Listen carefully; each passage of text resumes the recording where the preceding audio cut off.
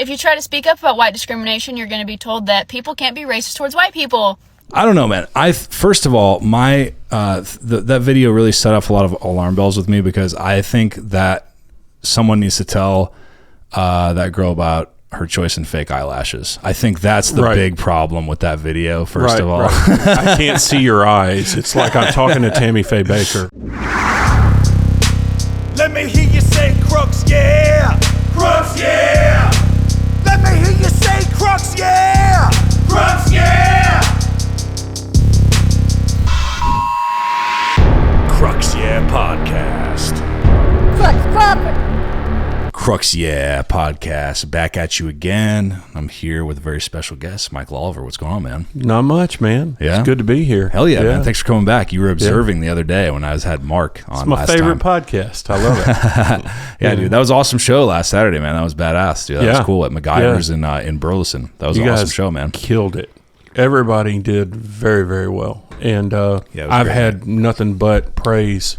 Hell yeah. From everyone coming out about how awesome the show was. So. Yeah, and more importantly, it was awesome. It was fun. It was a great crowd. The owner thanked us at the end. Very nice gentleman. Forgot his name, but very good Mike guy. Helm. Mike Helm. Okay. Very, very cool guy.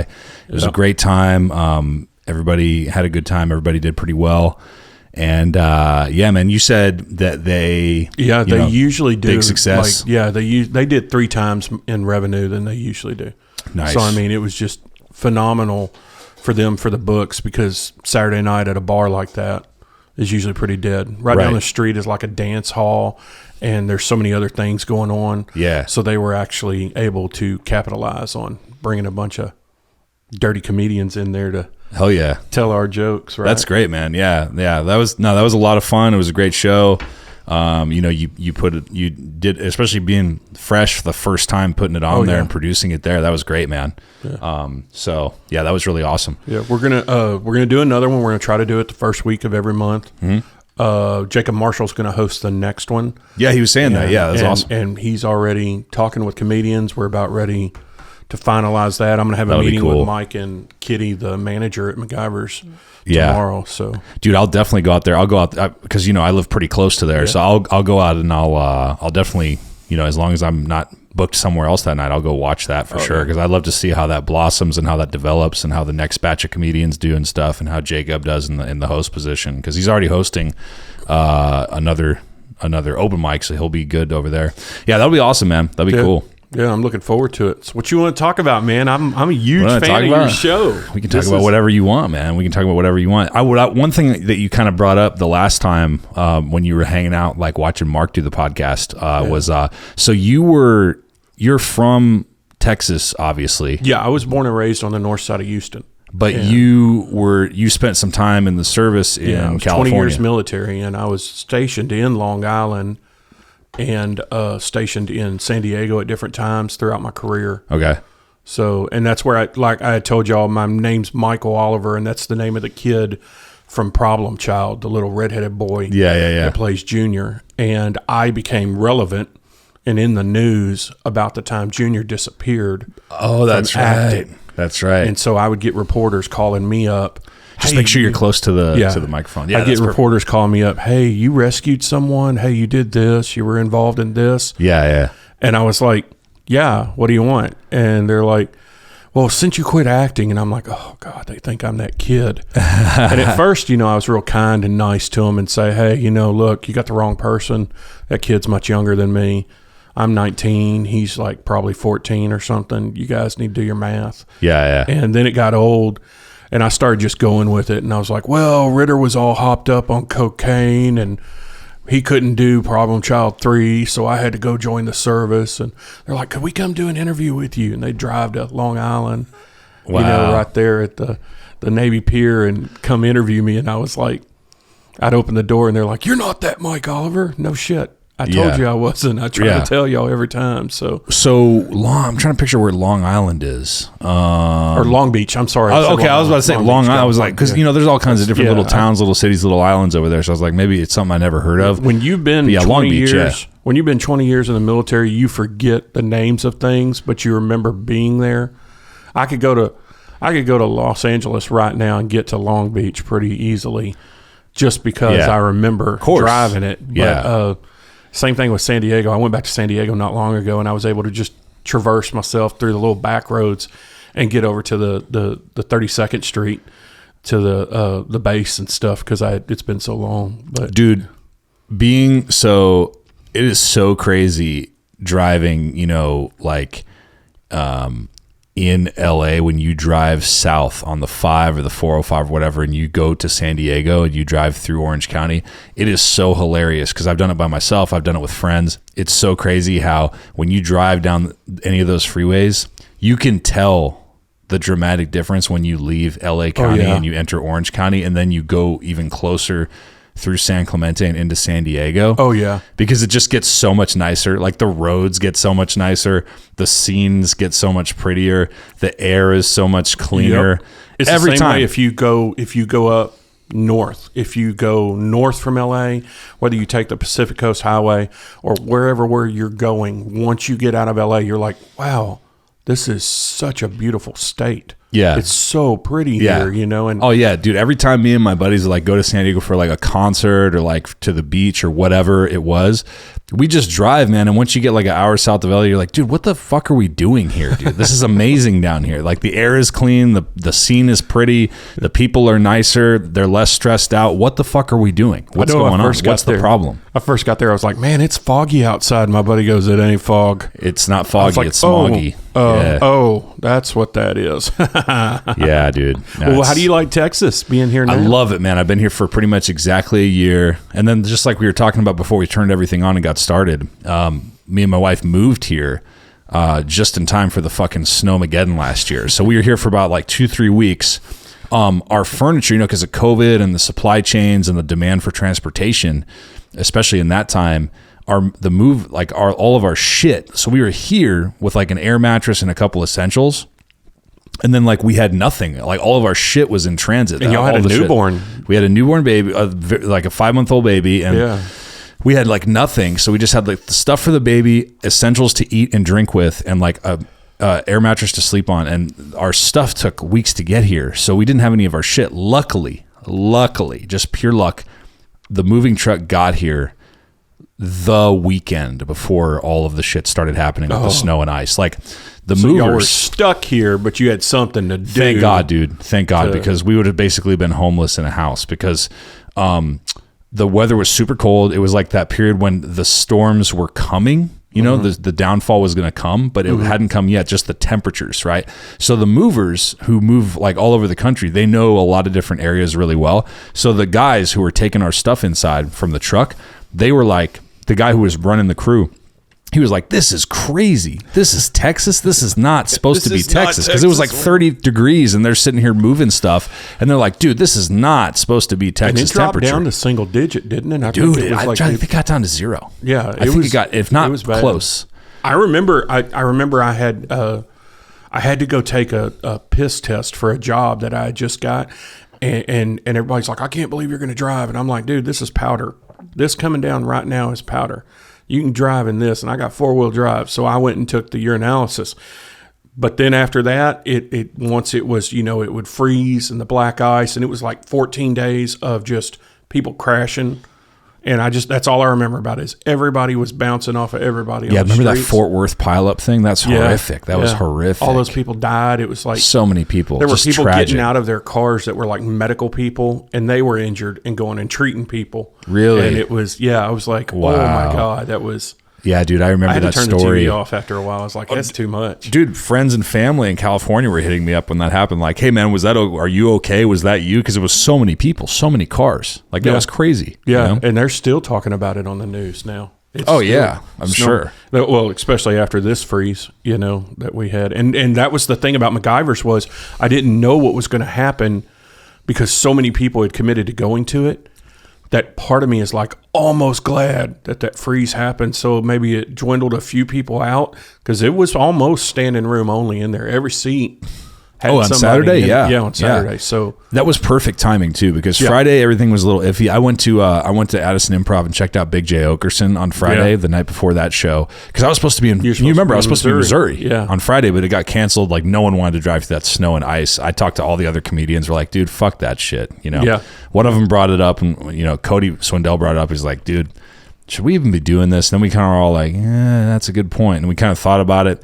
Come Thursday, we're like, nah, dude, we're not going. So I was free Friday because the show got canceled. So I went and saw him. The freeways were clear, but dude, some of those roads were still a little sketchy. I think people were like a little bit, cautious about going out, a little bit apprehensive, which they were right to, because it was still a little nasty on Friday, still a little sketchy. But Saturday was perfect timing, because Saturday, dude, the temperature was way higher, the melt was way better. 90% of roads in DFW probably completely clear by Saturday night. So that was perfect timing for that. Yeah. But yeah, man. So being like out there, I'm curious what your thoughts are on this, man, because so what I've noticed and what I think is funny is certain veterans, like certain, men and women who have served. I hear about, I've only really seen this. I'm sure there are women that do this that are veterans that have served, but I have not come in contact. It's only been guys I've come in contact with. Do you find it interesting how certain vets will, like certain people, maybe, because I know a lot of comedians, we both know comedians that are also veterans. Oh yeah. That like don't even like to like brag or talk about it, just because don't even it's mention like it. part of their, and they're not ashamed, obviously. It's just part of their life, and they feel like it's like kind of like overbearing to like constantly talk about it. Now I know people that's like their identity, is that they served in like the Navy or the Army or the Marines, and they constantly talk about, they got posters hanging up. That's like their Facebook, that's their social media thing. Sure. Like that's their identity, is that they served. And I don't think there's anything wrong with that, because my whole point here is, look, and everybody who has served the country is a million times more motivated and useful than I am, because I didn't do shit. I did not serve the country. So first of all, if you ever have served the country as a vet, or you're currently serving in any way, shape, or form, and you're hearing this, know that you're a better person that is more motivated and more of service to your country than my lazy ass. And thank you for doing it. But one thing I've noticed is, I feel like this is where I'm getting at. I feel like the guys who like saw crazy shit, or actually did shit, or were in combat, etc. I feel like, and I'm asking you this, if you share this opinion or not. What I've seen is the people that have seen some real shit seem to be a little bit more introverted about it and a little bit more humble about it. And the guys who like maybe didn't see as much or like didn't do as much are the ones that are the guys that have that like as their identity constantly. Like, I'm a veteran, I did this, I did that. Yes. I would agree. Does that with make you. sense what I'm saying? And I've noticed it too. Have you? We could spend probably 15 podcasts just dissecting different people that we know that identify that way through the news, media, and stuff like that, and just fellow comedians that we know. I guess for the most part, if anyone wants to talk about the military, I did 20 years. If you want to talk about the military, I'll tell you any funny story you want to hear. I'll tell you how funny it is that if you get 4 guys with PTSD to go into a restaurant together, watch those idiots play musical chair trying to find out who's going to sit with their back to the door. It turns into, well, are you armed? What do you got on you? You got a gun? You got a knife? What? Okay, you sit with your face towards the door. Anything happens, and then they make a plan on what they're going to do. The odds of that happening, 1 billion to 1, but they still have that plan in their head. So I've noticed, as I retired in 2015, so as I distance myself more from it, I talk about it way less. And, there's funny things that happen. Now, if I go to a VFW, I've got stand-up that'll kill for veterans. I could work a USO tour. I got stand-up that'll kill for because they know they were there. Yeah. And, but if I go into a regular, if we go into hyenas or something like that, there's maybe 1 or 2 guys that'll laugh. And so I don't plug the whole military thing. And there's a few guys that I don't want to out them that they were in the military, but they're comedians. And when we get around each other, they'll lean over and whisper to you. Like, they won't even whisper about smoking weed or doing something else, but they'll go, "Were you in the military?" "Yeah." "Oh, okay, good. All right." So, and then they'll talk about something. And it's usually about comedy. It's not even about the VA or benefits or, what we're going through with PTSD or something. Sure, sure. They're talking straight up comedy, and they're trying to give you something that's relative to what you were talking about. Right, type right. stuff. But yeah, I know. And I've noticed those guys who are back, God, I hate to say it, we called them bunker bunnies, but the guy that was never in anything is the loudest talking, raise his hand, got something to say. And those of us there were 4 combat veterans sitting up there on the front row. You wouldn't even know to look at those guys at MacGyver's the other night. Those are all 4. They were all in the service with me. And just sitting there looking, 3 of them are just sitting there looking at you, and you'd never know because we don't have that swagger. We don't wear the 511 tactical pants, and you see those guys got their 511 tactical, and they got their pocket knife ready to go, razor ready to cut something. Yeah, and everybody's like, "You don't do that," and I'm like, "Nope, don't need to." And the reason why I'm bringing that up is because, like, I think you could translate that into a bunch of other stuff too, right? Like obviously being a veteran is an honorable thing, but my point here is, like, let's talk about like guys who are in like, living like a gangster life, like living the street life. Like, that's the world you were brought up in, or that's the world that you participated in, as a teenager and as an adult. That's the classic thing too, right? It's like the real gangsters, like the real hardcore gangbanger, criminals, the They're dudes not that flashy. are not flashy. They're not sitting up there talking. Nope. You know what I mean? They're the guys that just, if you cross them, they'll just kill you. You know There's what I mean? certain gangs, I don't even want to say their names, but there's certain gangs that nobody knows who the leader is. Right. They're like, we still can't figure out who it is. We've been trying to track it down. And they do that on purpose for law enforcement. Yeah. Yeah. And Somewhere FBI's got like a little board that they got all these strings drawn to, Right. and there's like a little question mark. The Riddler is in the person running that game. They don't Right. know because he doesn't live a flashy lifestyle. But then at the same time, there's like the wannabe dude that's like, I'm a fucking gangster and I'm a badass and I'll beat your ass and what do you want? Like, dude, automatically when you hear that guy that's like talking loud, you're like, dude, you ain't shit. This dude is obviously just completely full of it. Because the real motherfuckers, they're not going to talk, dude. If you have crossed them, they're just gonna kill you. You're like, what is I it? mean? What's worse, if he looks at you or if he doesn't even acknowledge you? Yeah.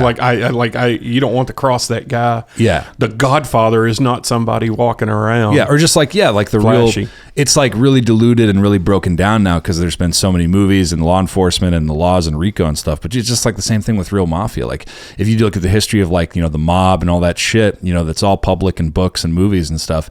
All through the first part of the 20th century, those super old school guys, dude, none of them acknowledged anything about anything. And that's how they eluded law enforcement for so long until RICO came out, because they were just like, what are you talking about? No, we don't do that. It doesn't exist. Doesn't exist. They're not like, fuck yeah, man, I'm badass and all this stuff. I watched that Franzese guy, that Michael Franzese. He's always doing interviews and stuff. Yeah. That's really cool. He's awesome. I like that guy. He says a lot about nothing. He doesn't ever give you any specifics. He's very just careful. General. He's very smart about it. Ain't nobody going to jail for anything I had to say. Yeah. He's like, he'll tell you what he did, and he'll tell you what he was implicated in, and he'll tell you stuff. He'll say like what was real and what was not real. Like what's the movie Hollywood version of the mob, and then like what's the real shit. But he won't ever name names, shit that's not already public. People who have not already been convicted, or himself, right? Yeah. Crimes that he's not already served time for. So he's very clever about it. Right.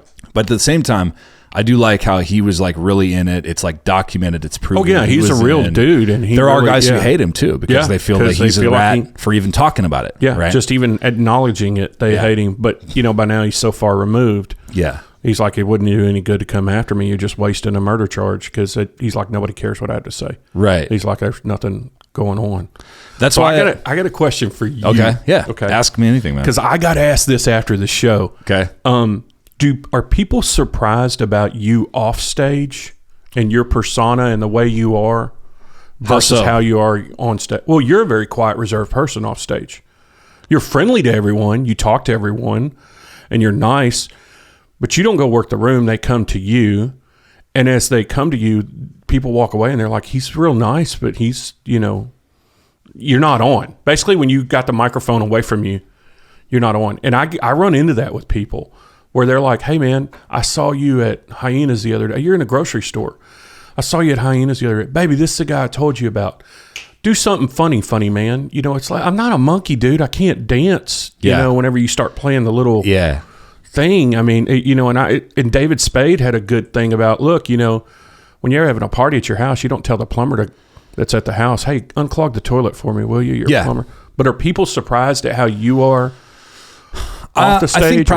I think I've heard that maybe a couple times. I don't hear that a ton because I think that's pretty common. You know what I mean? Like that, like a lot of comedians are not really on when they're not on stage. I mean, that's a pretty common thing, right? And I think people think we all hang out together and have like, this little writer session that we go into or something because people have seen Jerry Seinfeld and them show that stuff where they're doing. Yeah. And I'm like, no, we're all, most of them are like agoraphobic or socially awkward or very quiet, very reserved. Yeah, no, it is interesting. It is interesting. But yeah, like it is true. Yeah, there's definitely like a performance mode and so I haven't like I'll hear that maybe from time to time, but that's a great thing. Like Mark Norman, awesome comedian. He's got a thing about that he talks about on one of his podcasts where he was, out and about, and this girl was like, "Hey, you're like, what do you do?" He's like, "I'm a comedian." And then she was like, "Well, tell me a joke." He's like, "Well, I'm not at work. Yeah, I'm not at work right now. I'm having fun. I'm hanging out." Yeah, I'm hanging out, and I mean, you gotta. I come up with some deflective jokes and stuff to try to tell people, to try to diffuse the situation, but I've had people just flat out, look, I know you're not funny.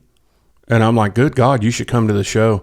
Because then you could really just not laugh at me and hurt my feelings. You know what I mean? Like, people are like, what do you do whenever a comedian tells a joke and it's not funny? And I go, you don't laugh. Because if you laugh, that awkward thing, and you laugh, he's going to think it's funny. Yeah, anybody who's listening to this, disservice. like anybody who's not a comic that's listening to this, and like if you ever go or you have gone or you go to comedy shows all the time, especially like open mics where people are working on stuff, but any show really, if you don't laugh, don't like pity laugh, don't nervous laugh, don't laugh at anything a comedian tries to say on stage that's not funny to you. If it's not funny, the best, most respectful, great thing you can do is just not laugh. Exactly. Give a stone-faced reaction, because that's the feedback that's needed. Like last night, man, I went up to Denton and I did a couple open mics, just working brand new stuff out, stuff that was in my phone that I wrote the last like 2-3 days, whatever, just completely new ideas, totally unformed. Yeah. You don't have to bring, dude. On top of that, I will never use a notebook, and I don't, and I probably won't ever, because my handwriting is so horrible that even I can't decipher it. So a lot of people are like, man, why don't you bring a book? The real comedians use a book. They use a notebook. They use a pad. They got a backpack with notebooks in it. No, man, not me, because I will write. This is what will happen to me, and why I'm so glad I'm living in an age where I can use my phone, because if I write something down, I'm going to sit there and try to decipher my own handwriting, because that's how shitty it is. Yeah. My handwriting is not the worst, but it is up there. It's bad. So I'm so glad I can just read something in like nice printed digital form that's very clear. But anyway, I'm working out brand new ideas. I did 2 open mics last night. Jacob was there too. Matt McElhone was there too.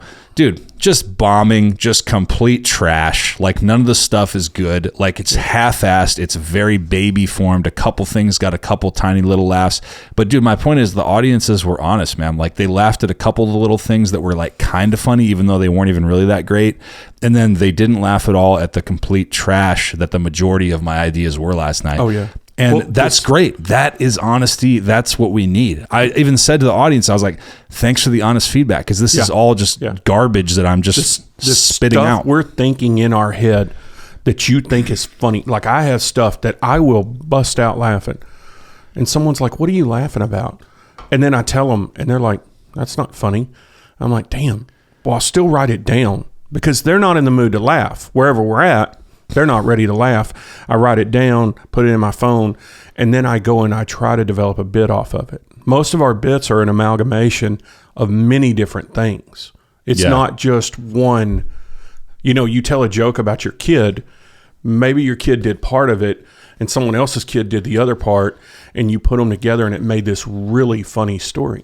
And you got to be, I feel like you got to be careful. And I listen to, look, all my free time by myself, driving in the car, whatever, walking around the house doing chores, taking care of babies, whatever, I spend listening to a lot of comedy podcasts. That's like 90% of the I listen to news, and then I listen to podcasts about comedy or comedic podcasts that are by comedians. And what I hear so much of, and I try to follow this advice too, and I try to take it with a grain of salt, you got to be really careful when you tell jokes directly to one person, like to your wife or to one friend or 2 friends, because it's not a good sample because they're not at a show. They're not seeing you perform. They're not around other people that are also watching you perform. So psychologically, they're not going to react the same way than if they were in at an open mic or a comedy show. And then also, everybody, it's subjective, right? Like comedy is subjective. Some people are going to think something's the funniest shit they ever heard, and then other people are going to think it's not funny at all and boring. Like one of my favorite, like newer favorite comedians, you know, that I really like, that's like, you know, newer and getting really big is Shane Gillis, right? He's one of my favorite comedians. He's got a joke about the Special Olympics, right? It's on YouTube. Look it up. Fucking Shane Gillis Special Olympics bit. It's fucking hilarious, dude. I told that to one of my best friends on the phone, his Special Olympics bit. We both fucking busted out laughing. I told him the joke poorly because it's not mine. So I fucked up his joke that he tells, right? Because I'm repeating something that's not mine. And even my version of him hearing that joke made him bust out laughing just as hard as I did when I heard Shane tell it. So, and then I was just, dude, for the whole week after I heard that bit on YouTube, I fucking was driving around. I just think of it. And I just fucking bust out laughing by myself in my truck, just laughing my ass off. I thought it was the funniest thing. Yeah. I told my wife that joke a couple nights later, and she was just like, yeah, that's pretty funny. I'm like, right. What the fuck is wrong with that? Know, right? Shit is hilarious. Yeah, right. Like, but it made me lose my mind. She's with you 7 days a week. Yeah. Well, it's also a different taste, my point is. Yeah. Like, dude, check this out. My wife does not think Dave Chappelle is funny at all. Right. Arguably one of the best comedians of our time. In some circles, one of the best comedians ever, up there with Richard Pryor, legendary comedians. He's going to go down in history, a lot of people say, as one of the best, right? Yes.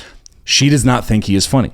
And my point there is, and I think she's crazy for it, but that's her opinion. And my point is, that makes me feel a lot better because that shows you comedy's subjective. Yeah. It's not, everybody's not for everybody, you know? Oh, yeah. Oh, yeah. You can sit there and watch, like, and it's also what, I hate to say this, but it's also what I've been drinking, what I've been eating, what I've been, like, I would come home drunk. Whenever I was in the service, I'd come home drunk. 2:00 in the morning, Mystery Science Theater 3000 is on. I laughed so hard, I thought I was going to die. That's a great show, dude. The next day when I was sober, I'm like, why was I laughing at this? You know what I mean? I got to get drunk again to appreciate this. Dude, I watched, I'll tell you, man, me personally, Mystery Science Theater, there were a lot of funny moments. Like the concept, I feel like gets kind of old because it's like, yeah, they're watching movies and that can get monotonous. But dude, as an idea, that shit was so original at the time it came out. And that shit's so hilarious, bro. We used to pick a bad movie and bring it to bad movie night. And whoever like washed out and left first or couldn't handle it, or we'd make up a stupid rule, whoever laughs first or something stupid. Yeah. And you had to bring the 12-pack next time. You had to bring the beer the next time. And there were movies that are just awful. And guys, like The Black Hole was one of them. Corvette Summer has Mark Hamill in it. It's probably the worst movie you'll ever see in your life. Yeah, that's what's all. It makes bad movies good. It was hilarious though to watch it. You know, my favorite episode was the one with like I forget what it was called, but it was like I think it was called Arachnid. It was like the giant spider. Oh yeah, and it was like the skipper from Gilligan's Island or something. Was it? You know, yeah, he was he's like, let me load the shotgun, little buddy. You know, and he's like going to shoot that. He was the sheriff or that shit was so good. Yeah, dude. It was. And they're so bad. The movies are so bad, but they made them so funny. Oh, and see, now that concept is like, well, yeah, big deal. But it's like, you have to understand, dude, like before the internet, there was no YouTube reaction videos. There was no fucking commentary video. There was nothing like that. It was like, this was like a very, very new concept. Like take something that already exists and just overdub it and talk about it and make fun of it. Like when they were putting that out, that was something very new and fresh. So that was like really fucking creative. Yeah. And it, you know, and we have to, going back to the spouses and the girlfriends and all that stuff and what they think's funny. Our buddy Patricio, I love Patricio. He does this one where it's like, for this next joke, I may or may not be married. And then he goes into his bit right there. And it's so funny to see guys use the different things that work on the stage. Whereas I have people come up to me all the time, I got a new joke for you. I got a new joke. Write this down. And I'm like, okay, all right, you say it and I'll record it into my phone and I'll see if I can make it work. And then they tell you this joke and you're like, how am I going to put that into my act? Right. Have you seen my act? I mean, do you realize, have you heard anything that I do? Well, no, I've never heard your act. Then go hear my act and then tell me what you want me to add into it, because those are not my stories, you know? I mean, having somebody walk up to me and does Crux Crawford really have a 17-year-old son that he? No. Yeah. Dude, It's a joke. Yeah. It's a joke. You guys got to read into, listen to his podcast. You'll learn more about him, So I'm always plugging stuff, but it's funny how people think that we're always on, that we all hang out together. Yeah. It's an interesting, and I think a lot of people that have those kind of opinions, you know what I mean? That have those perspectives. I think a lot of people, the way that I learned about a lot of that stuff, aside from being around real comedians, was if you listen to a lot of comedy podcasts. Yeah. That's when you hear the real. That's when you hear the real pros talking about stuff, veteran comedians, huge comedians. That's when you realize you kind of, if you do that, then you kind of know what to expect. But I think people that aren't ever in that world or listening to those conversations, you just have no idea. Because those are the things I thought too. When I was younger, before I got into comedy, I've always been a closet comic. I've always been obsessed with comedy, dude. Growing up, stand-up comedy, dude, the minute I first saw stand-up, I can't remember who I first saw because it was such a blur. But dude, I grew up watching Comedy Central, at my dad's house, my dad's girlfriend's house, just fucking premium blend. Comedy Central presents any kind of special. Chris Rock specials. I rented Richard Pryor specials. At that time they were already old. I rented those from the video store in the library or whatever the fuck. Just my mom knew I loved comedy and stand-up, so she would bring home Latin Kings of Comedy back when those came out. She would bring home obviously I watched Chappelle's show. I watched all the Dave Chappelle specials because I saw Half Baked and I didn't know he was a stand-up comedian. I just didn't know, and then I realized after that, amazing movie. Then his stand-up, classic movie. I can't even watch it because I've seen it so many fucking times. I couldn't even watch it, but great movie though. It's just I've seen it so many times. Then I realized he was a stand-up comedian. So then I watched his specials, was blown away. Oh my God, this guy's so fucking funny. So I've been obsessed with comedy. I've always appreciated it.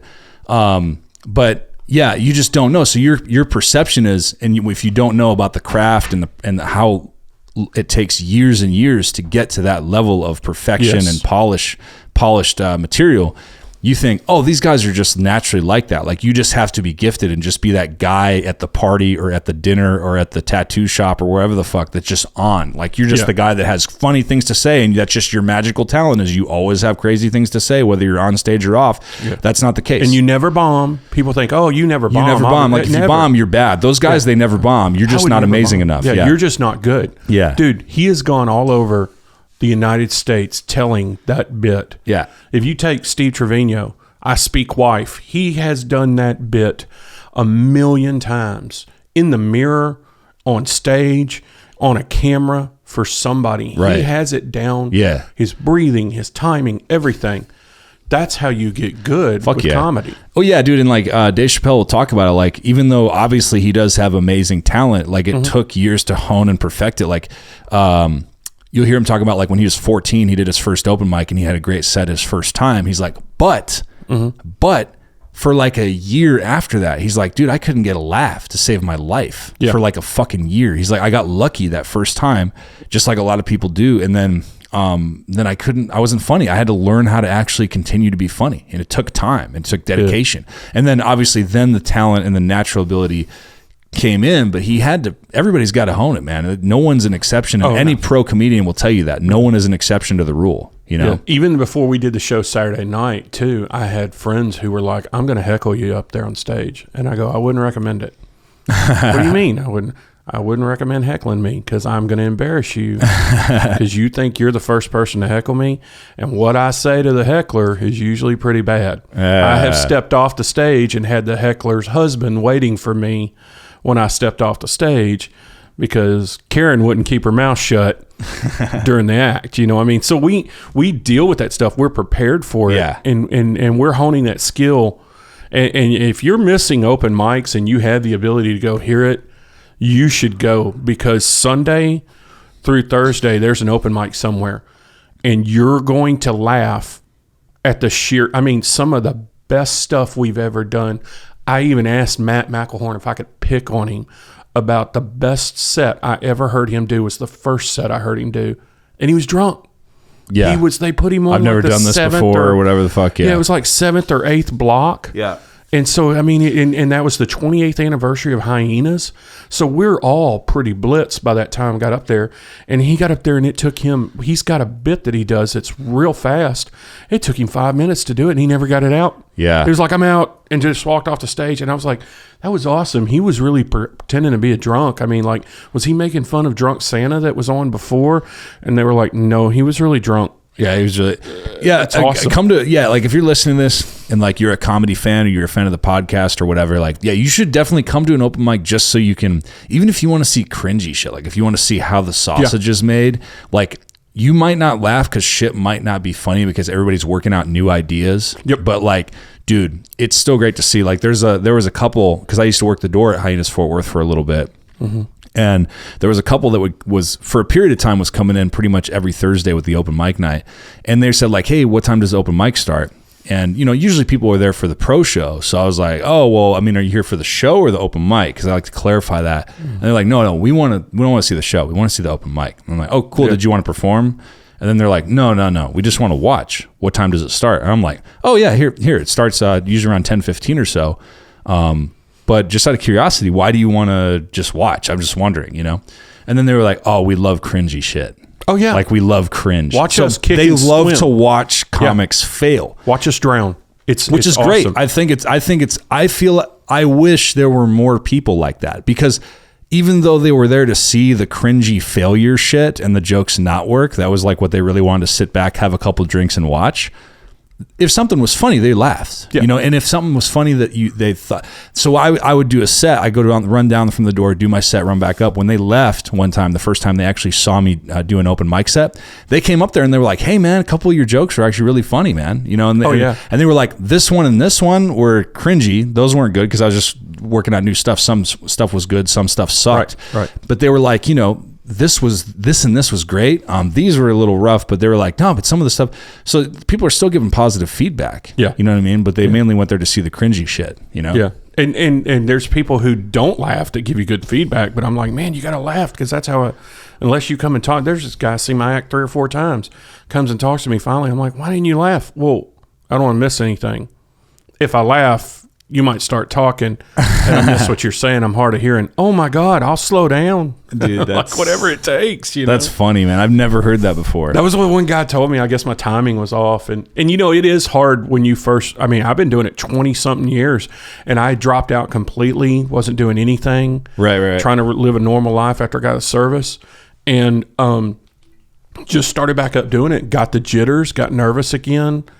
Got up there on the stage and did my 5 minutes in 32 seconds, you know, just ran through it. Yeah. Nobody laughed. And Dave American was like, dude, you got to slow down.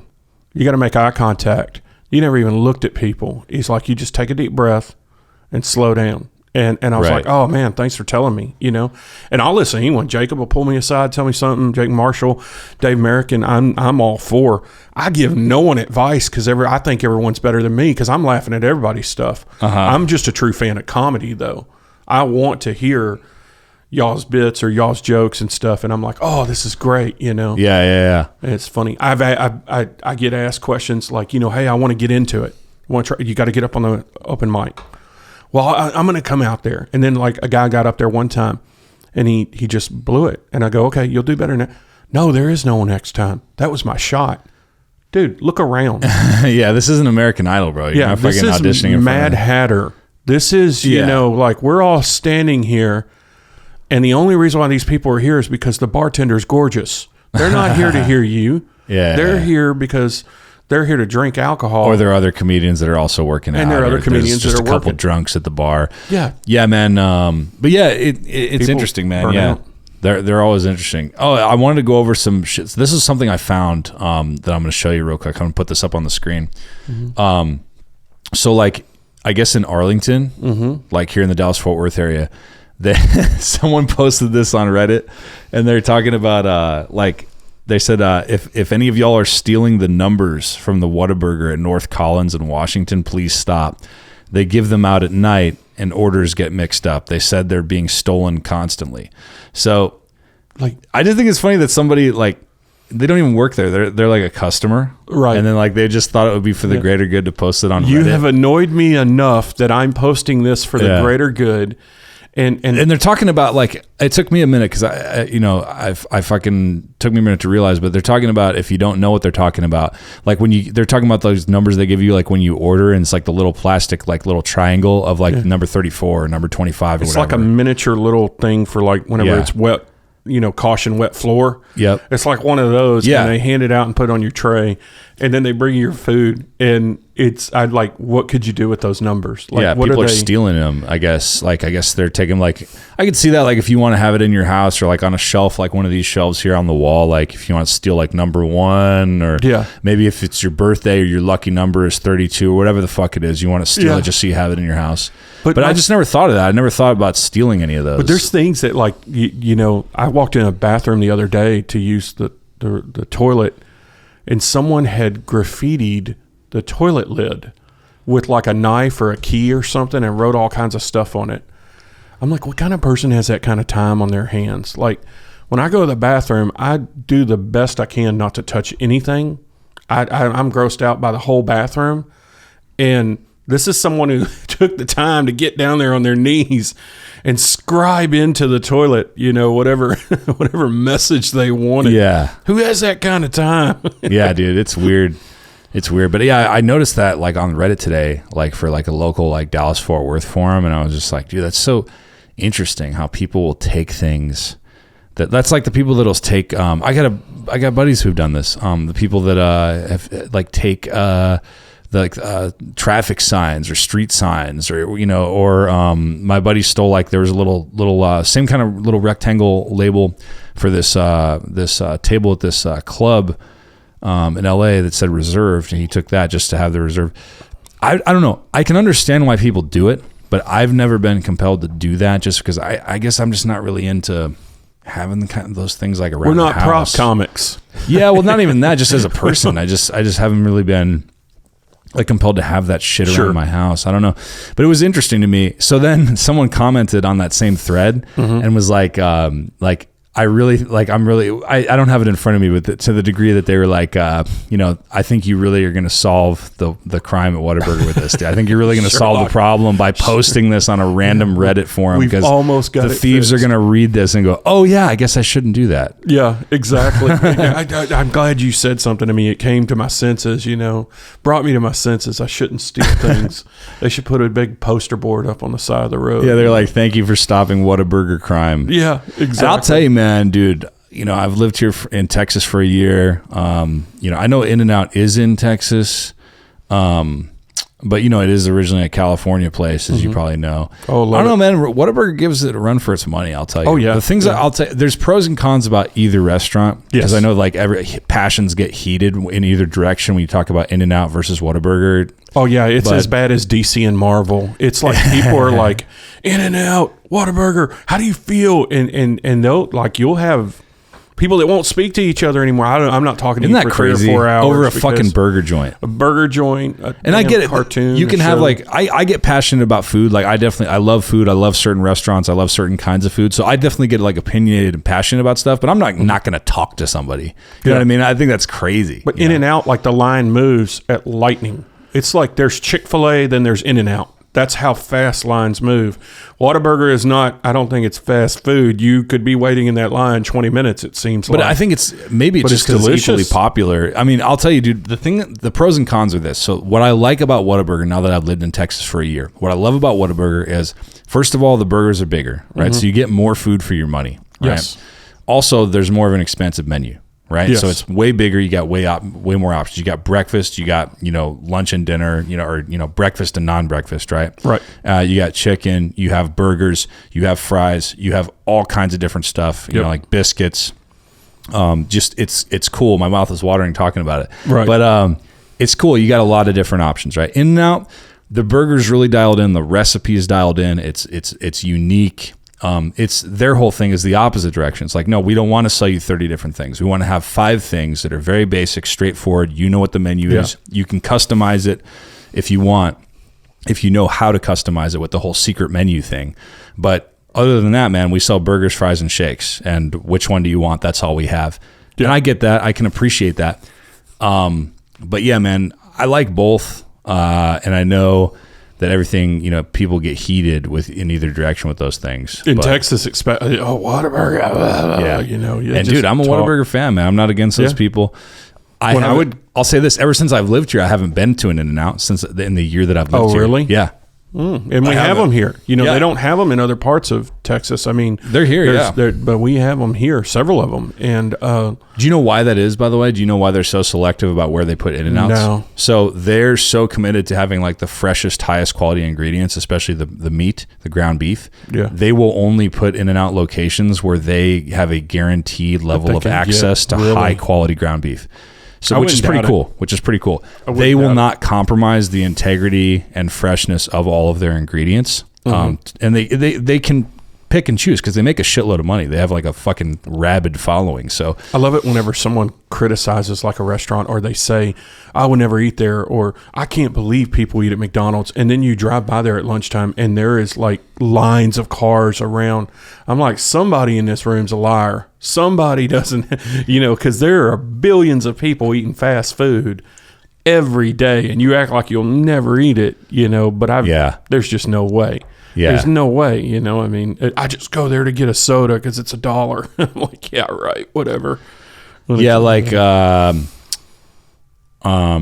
It's interesting, man. Like with Whataburger, I go there often. Like I go there at least probably maybe like once every week or two, and I don't know. I just think I think it's definitely. I've never experienced it before. The thing also, so I go for music and stuff. I'll go to the Phoenix, Arizona area all the time because the guy that I used to do the music stuff that I do with, we obviously used to both live in LA. Then we both moved because of COVID because that city went to absolute shit. So now I live in Texas. He lives in Arizona.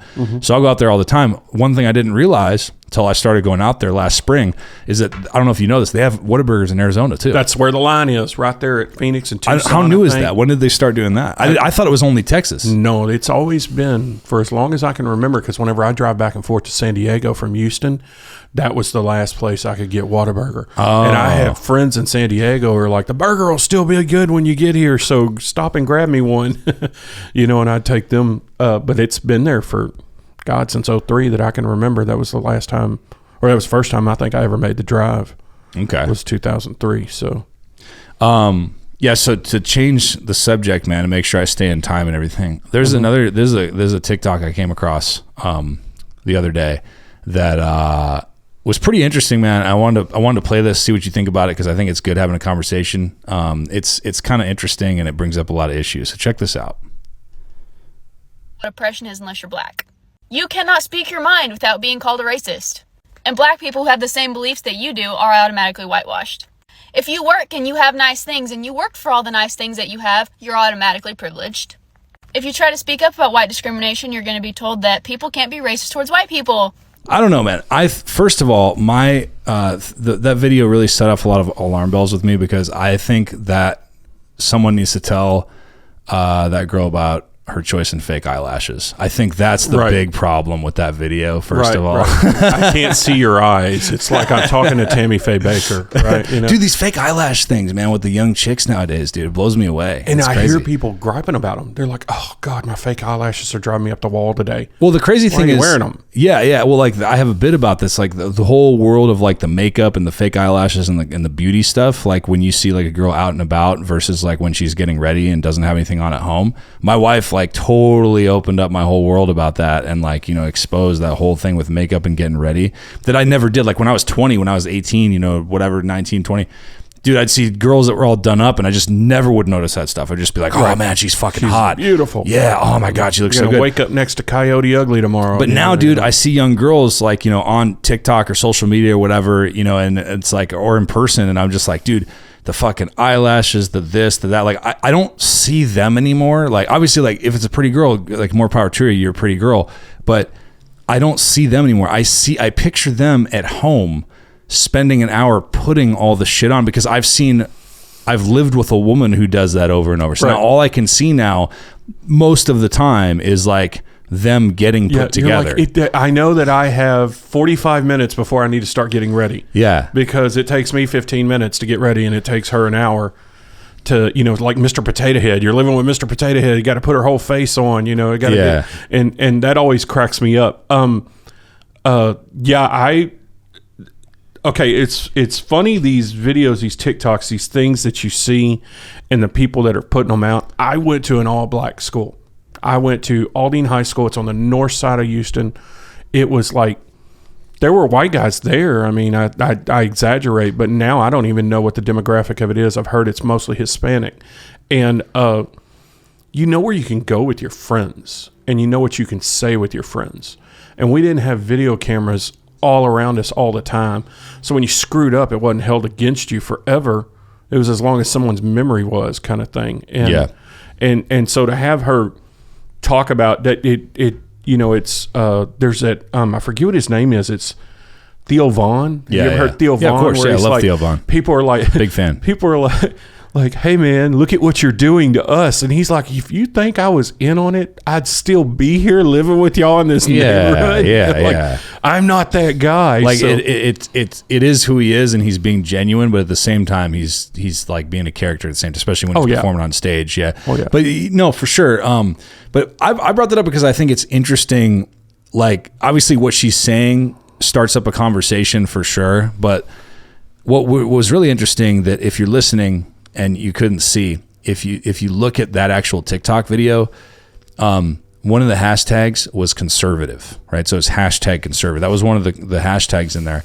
And she's talking about like race issues and stuff like that, and like different things where like you can't say this if you're white, but you can say this if you're non-white, and like, you know, all this stuff. And I think it's interesting. What I thought was interesting, there are a lot of interesting things about that video, but the thing that I think is really interesting is that I noticed personally is how those kind of things and those thoughts or those frustrations they've kind of been lumped, and I think this is a very recent thing. Mm-hmm. Those have been lumped in as quote unquote like conservative issues. Right. And I don't necessarily think that's true, like in the traditional sense of what being conservative is. I think that's more just like, this is my personal opinion on it.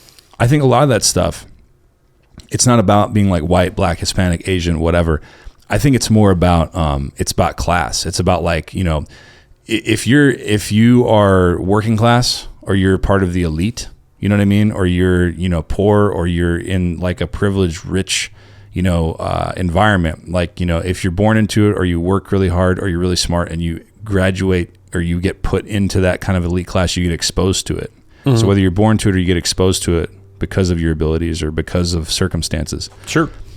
I think you realize that it's like, dude, it's not a matter of like the race. It's a matter of like just where you are, like your social class, you know what I mean? And if you're quote unquote in the club or not, you know what I mean?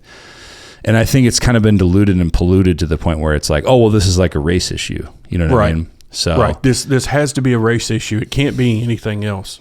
And it's that way with, I had friends, you know, whenever Trump was president, and they would post on their social media, if you're a Trump supporter, then you're a racist and you need to delete me. And I'm like, okay, first of all, let's get something straight. I'm not a supporter of anything. I'm a supporter of comedy. So if I can make you laugh telling you a Trump joke, I'll probably tell you one. If I can make you laugh telling a Biden joke, I'd probably tell you one. I don't touch the political comedy at all because someone else is better. Lewis Black's got that market. It's a niche. Yeah, it's definitely a lane, you know, and if that's who you are and you want to embrace your real identity and that's what you want to talk about, obviously by all means talk about it, especially if you get good at it. But yeah, it's something where I think you're going to divide more than unite. You know what I mean? And they're not funny. Those jokes aren't funny to me.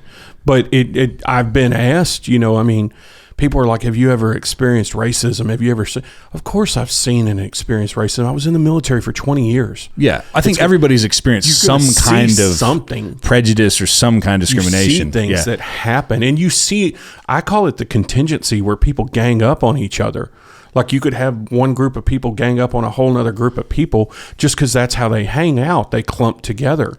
And that's just how their friends are. And then it turns into racist, and you're like, no, actually, if you think about it, they actually just had a difference of opinion on a video game they were playing or a football game that they were watching or something. It had nothing to do with it. It's just two different guys arguing. Yeah. Like, and my personal thing on this, like, I'll talk about it on a serious note and then like with on a comedic note. Like with me, I'm kind of like, okay, yeah, there might be situations where that kind of stuff happens, but like, so what? Like, why does it have to be such a big deal? How can I fix it? I put those kind of complaints where it's like, well, you can do this if you're black, but I can't do this if I'm white, and people label me as racist if I say this just because I'm white, and then people non-white, they don't get labeled as racist.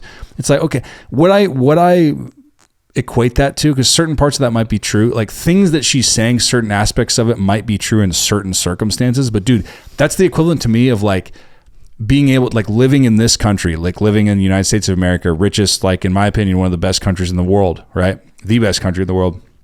And like living in a free society, being able to like have a job and buy things and have a free market. You buy something, like you buy a nice like computer, and then like one thing, these are the equivalent of the people that drive me crazy. The people that buy like a nice computer and then like one tiny thing isn't to their personal preference or liking on it, so they go on a forum or they go on social media and go, this is bullshit because it doesn't have this fucking little thing that makes me so unhappy. I fucking hate it. It ruins my life. It's like, really, dude, that ruins your life? That one little thing is just makes your life so unbearable and unlivable because this tiny little thing on this fucking computer that you had money to freely buy. Bitch about. Yeah, it's like, dude, like, come on, man, really? Like, well, you know, like if you're white, you can't do like this one little thing. It's like, bro, like really?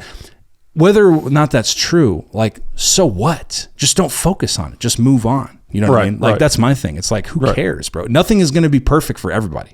Yeah. You know what I mean? So like, just fucking deal with it, dude. Deal with it. We need more, like, that's what I feel like we need more, like, in this country, like, we need more of like, just fucking deal with it, dude. Yeah. Because sometimes I'll get in my head, dude, and I'll think like, God, man, I'm such a fucking little bitch. I'm so weak, dude. In Afghanistan, there's life and death every fucking day. People are fighting. Another day that you don't have a bullet in your head or a knife in your back is a gift, and everybody's like struggling to survive. That inner voice in you that calls you a snowflake because you're just acting like a big baby. Well, just I feel like so, because I'm like sitting here like, bro, I got it so easy. I'm so lucky. I'm so soft. There's parts of the world where like life and death is just a reality every day, bro. Like murder is a norm, dude. And I'm so lucky to be in this country where like I'm safe and sound and shit. And like I have money, I have shelter, I have food, I have running water that's clean.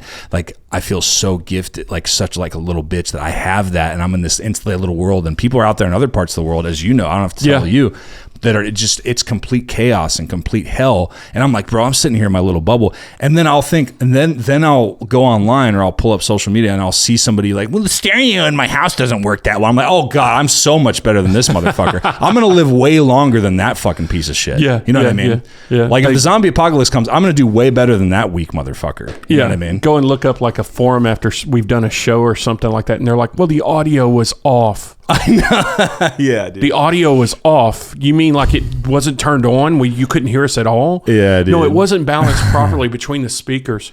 Lady, there's comedians up there doing the best they could, and that's what you caught from it. You weren't listening to anything. I think it's just a personality thing too, though, man, because everybody's got different types of personalities. They listen to different stuff. Some people are more technical. Some people are more vocal. Some people are more social. Some people are more introverted. It just kind of a matter of certain people, like personality types. Like, you know, just like some people are just like that, man. They just notice. And they're not trying to be that way, like, or rude or whatever. That's just how they communicate. Like, I think that's a part of like just maturing, getting older, getting more life experience. You realize, I feel like I take shit it's so much more rare that I take shit personally now than 10 years ago or 15 years ago. I got skin like leather. I'm sure you do. Yeah, people get up there, you know, like I had a guy yelling one time at a show, and I don't remember what it was he was even saying. And my buddy was in the audience. He's like, when this is over, he goes, we're going to take it. I'm like, dude, get in the car. You're an idiot. I was like, he was just heckling me. I don't care. Yeah. You got to get thick-skinned. Yeah, just about everything. Or someone's like, hey, man, like, you know, I didn't think what you do is go. Like, take it as criticism, whereas, like, if I was 20, I'd be like, fuck you, man. Fuck you. Like, you're in shit.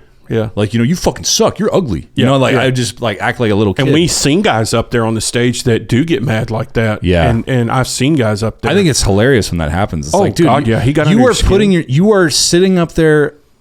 You are a clown that is you're putting yourself in a position where everybody can look at you and hear you, and just you're going to perform and sit up there with no music or any kind of act, and you're just going to sit up there and talk. People are going to fuck with you, dude. Yeah. Like, you're putting yourself in that position, dude. It's not like it's not like you're watching football at home and they come into your house. Like, you're putting yourself on a stage with a light on you. Yeah. But going back to that real quick, the comedy side of it is I want to make a TikTok where I do that. Like, started off like, I'm going to tell you guys about some serious stuff about race right now, and like just do senseless facts that mean nothing and jump cut it like that. Like, be like, when a white person and a Hispanic person both go in the supermarket, no one is in each of their cars. Both of their cars are empty. Yeah. Just some things that random just make stuff. no sense. Or do like Michael Keaton. He just does the middle of the sentence. That time with when we were over and there was I remember that. Yes. No. Well, yeah. And I mean, like, it's just a rambling on of something, and wonder how long people got into it. Like, if you could look at the metrics on it and see how long person watched it before they tuned it out. Was it like this person watched this for 6 minutes before they finally just went, this is nonsense? Yeah, man, like just do like senseless facts. Like if a black person takes a donut out of a box, there's only 2 donuts in the box left. And then a white person takes the last donut, there's no more donuts in the box. That's like, just you like know, that's things weird. Do you think about that? Does that make you think? Does that make you think? Oh, that'd be awesome. Yeah, I want to do something like that where people like, it seems like it's gonna be really serious, like that chick like talking about like, well, this is what happens if you're white, or this is what happens if you're black, but just have it be just boring fucking like meaningless facts. Oh yeah, like, you know what I mean? Yeah. Just so yeah, because I think people would know that I'm making fun of those kinds of videos. You know what I mean? You have to. Yeah. And I see people do stuff all the time where they're making fun of the Baby It's Cold Outside, the song. Yeah, the creeper. And there was one where like rapist song. Someone was singing it, and it's like, what's in that drink? And he's like, the same thing as mine, you know. And he's like, and like they're everything she's saying, like he has a rebuttal for it, and like why he's not the creepy rapist or something. And I'm like, that song is. Oh, I remember my mom singing that song, walking around through the house when I was a kid. Never thought anything of it, you know, kind of thing. Yeah, and it's come to light, especially in recent years, man. That's really come to light of how creepy of a song that is. Oh yeah, and there's so many things like that come up, and you know, Pepe Le Pew was the original. He was the original like crazy person stalker. Yeah, that's right. You're like, that's calm right. down, He was. Pepe, calm down. He was. Yeah, that's that didn't age well. Like if you watch that now, if you wouldn't show your kids that now. No, like by today's standards, it's like, no, this guy's like a fucking this guy's rapist. Scary. Yeah, this guy's a stalker. Hey man, so we're coming up on that time limit, but yeah, man, tell do you got anything coming up or events? Do you have another date yet for the first weekend of March? February. It's March 5th. It was February 5th for the last one. It's going to be March 5th. This coming up show. I know Cody Swindell's on board already. Joey Johnson. Is it Joey Johnson's? Joey Johnson, yeah. And I forget who else it was. I'm going to do a little bit, but we've got. That's Danny MacGyver's McGowan. and Burleson. Yeah, MacGyver's and Burleson. So that's locked in for March 5th. Yep, that's locked in March 5th. Danny McGowan is going to be there, and Jacob Marshall's going to host. It's going to be as phenomenal as the show. It's a great show, man. If you're listening to this, come check it out. It's in Burleson, Texas. It's MacGyver's bar. It's a great time. I'm sure it's going to be even better time next time because it'll be even more polished and dialed in as a show. Yeah. Me personally, so if you're listening to this, this is coming out tomorrow. So if you're listening to this tomorrow, Wednesday, February, what the fuck day is it? 8th, 9th? Some shit like that. This coming Wednesday, I'm at a pop-up in Deep Ellum. If you want to come by, it's an awesome show. There's a lot of poetry, there's comedy, there's music. It's all mixed into one show. The guy, Black Caesar, who runs it is like awesome dude. And he blends it all together. He hosts it and blends it all as a great show, phenomenally. And come check that out. Otherwise, I got a couple other dates in the works right now. Nothing concrete. I'll be sure to update everybody as those develop. But yeah, otherwise, thanks again for tuning in to another week of Crux. Yeah, keep helping me build Crux Nation, and we'll talk to you next time. Crux. Yeah. Let me hear you say Crux, yeah. Crux, yeah. Let me hear you say Crux, yeah. Crux, yeah. Crux, yeah podcast.